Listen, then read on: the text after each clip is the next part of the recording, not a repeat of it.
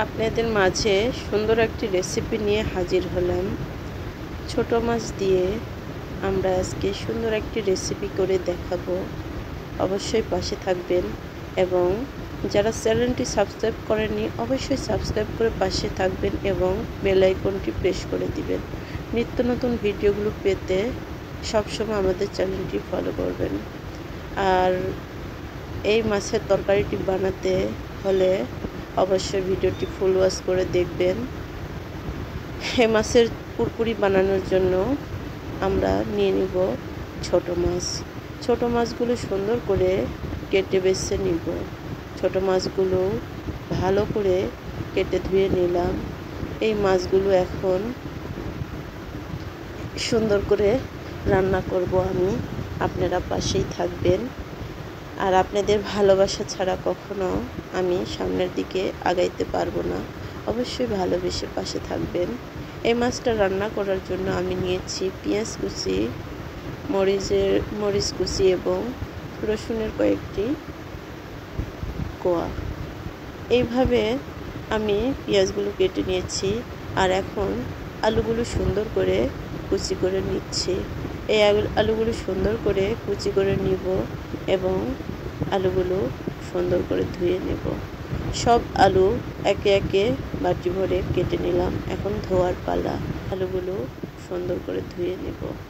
সব আলু একে একে বাটি ভরে কেটে নিলাম। এখন ধোয়ার পালা। এখন সুন্দর করে ধুয়ে নিচ্ছি। ধুয়ে নেওয়ার পর আমি আলুগুলো রান্নার প্রস্তুতি নেব। আলুগুলোর মধ্যে প্রচুর পরিমাণে বালু থাকে, এই জন্য আলুগুলো কয়েকবার ধুয়ে নিতে হয়। আমি ক্যামেরার বাহিরে কয়েকবার আলুটি ধুয়ে নিয়েছি। আপনারাও ধুয়ে নেবেন এভাবে। ধুয়ে নেওয়ার পর রান্না বসানোর জন্য একটি কড়াই নিয়ে নিয়েছি। কড়াইয়ে এখন যা যা উপকরণ সব দিয়ে দিব আস্তে আস্তে। এখন দিয়ে দিলাম আলুগুলো, ধুয়ে নেওয়া আলুগুলো। ধুয়ে নেওয়া আলুর মধ্যে এখন অ্যাড করে দিব পেঁয়াজের কুচিগুলো। পেঁয়াজগুলো সুন্দর করে কুচি করে নিয়েছিলাম। এই পেঁয়াজ কুচানোগুলো দিয়ে এখন আমি তরকারিটি রান্না করব। এরপর দিয়ে দিব আমি রসুনের কোয়া কয়েকটা। এই মাছে বেশি করে পেঁয়াজ এবং রসুনের কুচি দিলে খেতে বেশি ভালো লাগে। আর কাঁচামরিচের স্বাদ তো অসাধারণ। আমি প্রত্যেকটা তরকারিতে কাঁচামরিচ খেয়ে থাকি, ঝোল হোক, ভর্তা, ভাজি এবং চচ্চড়ি সব কিছুতেই। এই যে দিয়ে দিলাম হলুদ এবং স্বাদ মতো লবণ। এগুলো সব কিছু দিয়ে এখন সরিষার তেল দিয়ে সুন্দর করে তরকারিটা চটকে চটকে মাখিয়ে নিব। এই যে চটকে মাখানো হয়ে গিয়েছে। এখানে এখন আমি দিয়ে দিব আগে থেকে ধুয়ে রাখা মাছগুলো। ধুয়ে রাখা মাছগুলো আমি সুন্দর করে এই আলুর সাথে মাখিয়ে নেব। আলুর সাথে মাছগুলো রান্না করলে খেতে খুব অসাধারণ লাগে। আর এই মাছটা একদম পোড়া পোড়া করে রান্না করলে একদম খুবই ভালো লাগে। আপনারা এইভাবে বাসায় রান্না করে খেয়ে দেখবেন এবং আমার ফুল ভিডিওটি দেখবেন। এভাবে রান্না করে বাসায় খাবেন, খুব মজা লাগে। অবশ্যই রান্নাটি ফলো করবেন। আমার তরকারি মাখানো হয়ে গেল। এখন সরিষার তেল পরিমাণ মতো দিয়ে আমি তরকারিটা চুলায় বসিয়ে দিব। আমি এখন চুলায় বসিয়ে দিলাম।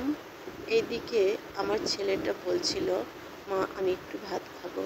ওকে আমি একটা ডিম পোস্ট করে ভাত দিয়ে দিলাম, কারণ তরকারি তো সবে মাত্র উঠে দিলাম। আমার ছেলে ভাত খাচ্ছিল আর আমি এইদিকে তরকারিটা চুলায় বসিয়ে দিলাম। এই যে তরকারির কত সুন্দর বলক চলে আসছে। এভাবে তরকারিটা হতে থাকবে এবং তেল যতক্ষণ বের হবে না আর পানিগুলো শুকিয়ে যাবে না ততক্ষণ অপেক্ষা করার পালা।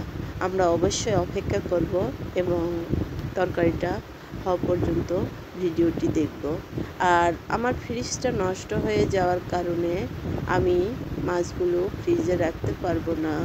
এই জন্য আমি সুন্দর করে মাছগুলো ভেজে নিচ্ছিলাম। মাছগুলো ভেজে রাখলে আর নষ্ট হবে না। হ্যাঁ, তাওয়ার মধ্যে দিয়ে সুন্দর করে মাছগুলো ভেজে নিচ্ছিলাম। এভাবে রেখে দিব, কালকে আবার একটা তরকারি রান্না করে খাওয়া যাবে। আপনারা অবশ্যই বাসায় ট্রাই করে দেখবেন এবং এভাবে ছোট মাছ খাওয়ার চেষ্টা করবেন। ছোট মাছ শরীরের জন্য অনেক উপকারী একটি খাবার। আমাদের শরীরে ভিটামিন এ এর ঘাটতি পূরণ করে। ছোট মাছ চোখের জ্যোতি বৃদ্ধি করে, আরও রোগ প্রতিরোধ ক্ষমতা বৃদ্ধি করে।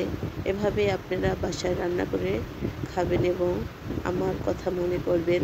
আজকের ভিডিওটা এই পর্যন্ত ছিল, এখানেই শেষ করছি। আসসালামু আলাইকুম ওয়া রাহমাতুল্লাহি ওয়া বারাকাতুহু। আল্লাহ হাফেজ।